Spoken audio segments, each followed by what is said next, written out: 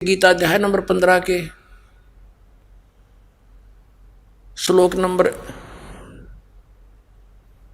1 से 4 में स्पष्ट किया गीता ज्ञानदाता ने कि जो चौथे अध्याय के 32 और 34 श्लोक में जिस तत्वदर्शी संत से ज्ञान प्राप्त करने की मैंने कहा है, उस ज्ञान का आश्रय करके और उसकी पहचान बताई है 15वें अध्याय के प्रथम मंत्र में कि उल्टे लटके हुए संसार रूपी वृक्ष के सभी विभाग जो बता देगा सवेदवित, वो तत्वदर्शी संत है। उसके पश्चात 15वें अध्याय के चौथे श्लोक में गीता जी में कहा है, उसके पश्चात परमेश्वर के उस परम पद की खोज करनी चाहिए।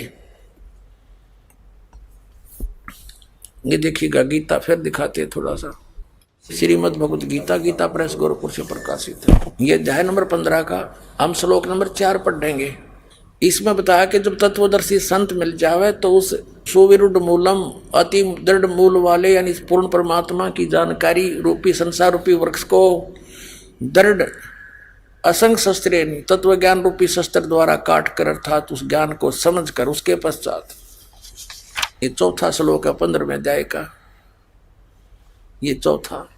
उसके पश्चात उस परम पद रूप परमेश्वर को भली भांति खोजना चाहिए, जिसमें गए हुए पुरुष फिर लौटकर संसार में नहीं आते, और जिस परमेश्वर से यानी गीता ज्ञानदाता से कोई अन्य है यो पुरातन संसार रूपी वृक्ष की प्रवृत्ति विस्तार को प्राप्त हुई है, यानी जिसने सारे ब्रह्मांडों की रचना की है, जो सबका उत्पत्ति करता है, उसकी शरण में जाने के लिए, उसकी भक्ति के लिए गीता ज्ञानदाता कह रहा अपने से अन्य समर्थ भगवान की, उसी आदि पुरुष नारायण के मैं शरण हूं, इस प्रकार दृढ़ निश्चय करके उस परमेश्वर का मनन और निधि ध्यान करना चाहिए।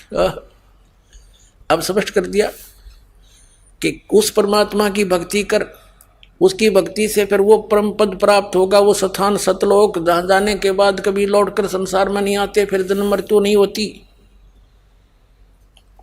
18वें अध्याय के 62वें श्लोक में इस गीता ज्ञानदाता ने कहा कि अर्जुन तू सर्वभाव से, ये देखिएगा 18वें अध्याय का ये 46वां श्लोक है, इसमें ये भी स्पष्ट कर रखा है कि जिस परमेश्वर से संपूर्ण प्राणियों की उत्पत्ति हुई है। अब स्पष्ट हो गया कि परमात्मा ने सब जीवों की भी उत्पत्ति की है, और जिससे समस्त जगत व्याप्त है, उस परमेश्वर की अपनी स्वाभाविक कर्मों द्वारा, यानी जो जैसा कर्म करता उसको कर्म करते करते पूजा करके मनुष्य परम सिद्धि को प्राप्त हो जाता है। अब देखना, अब 62 में आ जाते हैं अध्याय नंबर 18 के,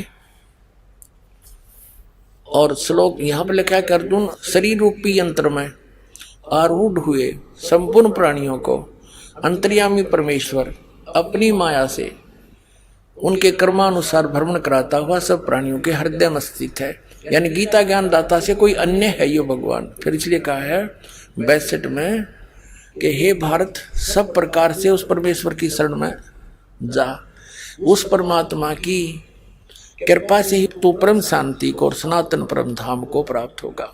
अब इससे क्या सिद्ध हो गया कि गीता ज्ञानदाता कहता है उस परम अक्षर ब्रह्म की शरण में जाओ, जिसकी कृपा से तो परम शांति को और सनातन परम धाम को प्राप्त होगा। गीता अध्याय नंबर 8 के श्लोक नंबर 5 और 7 में गीता ज्ञानदाता कहता है मेरी शरण में रहना है तो मेरा एक ओम अक्षर है, इसका जाप कर, पर युद्ध भी करना पड़ेगा, और जहां युद्ध वहां शांति नहीं। तो ये कह रहा है कि मेरे शरण में रहना, युद्ध तो करना पड़ेगा तेरे, और तू कति संपूर्ण कंप्लीट पीस चाहता है तो उस परमेश्वर की शरण में जा, उसकी कृपा से तो परम शांति को और सनातन परम धाम को, जहाँ जाने के बाद फिर लौट कर कभी संसार में नहीं आते, उसको प्राप्त होगा। उसके लिए तत्वदर्शी संतों को खोज ले, ऑप्शन छोड़ दिया, मैं नहीं जानता उसके बारे में। 17वें अध्याय के 23वें श्लोक में गीता ज्ञानदाता कहता है उस परमात्मा के पाने का 3 मंत्र का संकेत है, निर्देश है ओम तत्सत, ओम सरपुरुष ब्रह्म का, और तत् मंत्र ये गुप्त है, ये अक्षर पुरुष का। गीता अध्याय नंबर 15 के श्लोक नंबर 16 और 17 में 3 पुरुष स्पष्ट है। उन तीनों के ये मंत्र हैं, ये साधना है, ये पूजा नहीं है इनकी। जैसे हमने जल प्राप्त करना है जमीन से, तो हम हैंडपंप लगाने के लिए बोकी मारे, हम वो पूजा नहीं कर रहे, वो प्रोसेस है, उसके पाने की साधना है। तो ये साधना है तीनों मंत्रों की, और फिर ऊपर हैंडपंप लगेगा, वो मशीन वो सार नाम है। सतनाम का 2 मंत्र का अक्षर है, ओम और तत्, ये सांकेतिक। तो इससे तो श्वास वो श्वास की बोकी लगेंगी। और तीसरा सार नाम फिर हैंडपंप लगाया जाएगा, उससे वो जल यानी परमात्मा प्राप्त होगा। तो ये बताया है कि 17वें अध्याय के 23वें श्लोक में कहा कि ओम तत्सत इति निर्देश ब्रह्मण तिर्विद समर्थ है। उस सच्चिदानंद घन ब्रह्म यानी परम अक्षर ब्रह्म की साधना का, उसकी प्राप्ति का 3 मंत्र का जाप है। 8वें अध्याय के 5 और 7 में तो अपने विषय में कहता है मेरी साधना करेगा तो मुझे प्राप्त होगा, युद्ध करना पड़ेगा। उस परम अक्षर ब्रह्म की साधना करनी है तो उसके लिए वो तत्वदर्शी संत बताओगा, उसका मंत्र बता दिया, उससे कर, उसकी भक्ति करेगा। 8वें अध्याय के 8, 9, 10 में उसकी साधना करने वाला उसी को प्राप्त होगा।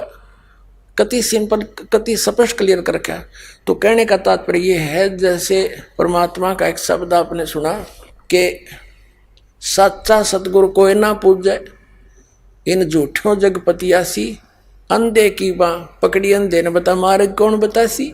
Writer of the Veda and Purana Vyas ji Narad ji से पूछ रहे हैं। नारद जी बता रहे हैं कि मेरे पिताजी का एक बार विष्णु जी का संवाद हुआ।